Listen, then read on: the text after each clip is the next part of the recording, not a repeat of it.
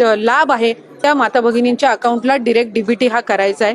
त्यामुळे कुठल्याही पद्धतीची चिंता नसावी। या उलट बजेट हा 43,000 कोटी आहे।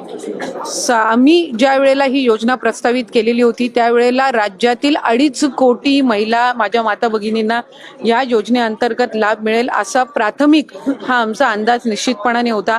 आज तगत आमच्याकडे 1,40,00,000 पेक्षा जास्ती अर्ज हे प्राप्त झालेले आहेत विभागाकडे आणि ज्या स्थानिक सगळ्या शासकीय यंत्रणा आहेत त्या माता भगिनींच्या अकाउंटला डायरेक्ट डीबीटी हा करायचा आहे। माझे आपल्या माध्यमातून राज्यातील सर्व माता भगिनींना मला आश्वासित करायचे की याला लागणारी संपूर्ण तरतूद ही राज्य सरकारने केलेली आहे।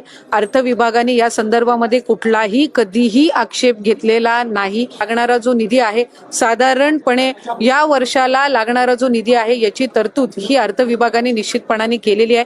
त्यामुळे कुठल्याही पद्धतीची चिंता नसावी। या उलट मी आपल्या माध्यमातून सांगेन की आम्ही ज्या वेळेला विभाग म्हणून ही योजना प्रस्तावित केलेली होती त्यावेळेला आम्ही 21 ते 60 हा वयोगट प्रस्तावित केला होता। त्याच्यावर ज्या वेळेला अर्थ व नियोजन मंत्री अजितदादांकडे बैठक झाली त्यावेळेला त्यांनी हा 60 वरून 65 करावा अशा सूचना या त्यांनी दिल्या आणि 60 आणि 65 या वयोगटातील जर लाभार्थ्यांची आम्ही संख्या काढली तर ती साधारणपणे 14.5 लाख होते।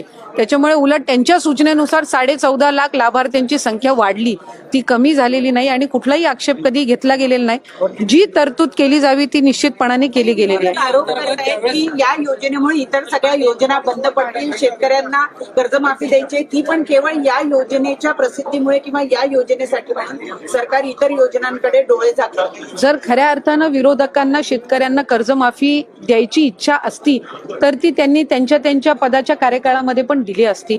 आज मुख्यमंत्री माझी लाडकी बहीण योजना असेल, आज मुख्यमंत्री अन्नपूर्णा योजना असेल, युवा प्रशिक्षण योजना असेल किंवा आज शेतकऱ्यांना जी वीज सवलत मिळणार आहे किंवा त्यांना ज्या इतर पीक विमा योजना आहे 1 रुपयामध्ये पीक विमा याला सुद्धा उदंड असा प्रतिसाद मिळत आहे। त्याच्यामुळे आतापर्यंत कुणीही आपण सांगावं की या योजनेमुळे आधीच्या कुठल्या योजना बंद करण्यात आलेल्या आहे असं एकही उदाहरण विरोधकांना देता येणार नाही। संजय गांधी निराधार योजना असेल, तुमची वयोश्री योजना असेल, ह्या सगळ्या आधीसारख्या कार्यरत आहेत। त्याच्यामुळे कुठलीही प्रचलित योजना किंवा चालू असणारी योजना बंद करून ही योजना राबवण्यात आलेली नाहीये। उलट ज्या दिवसापासून ही योजना घोषित करण्यात आली तेव्हापासून याच्यावर विरोधकांनी जास्तीत जास्त आक्रमण केले, पण सर्वात जास्ती नोंदणी करायला सुद्धा त्यांचेच मतदारसंघ पुढे येत आहेत, तेच आमदार त्या ठिकाणी सर्वात जास्त नोंदणी करतायत। त्यामुळे एका बाजूला तुम्ही या योजनेवर टीका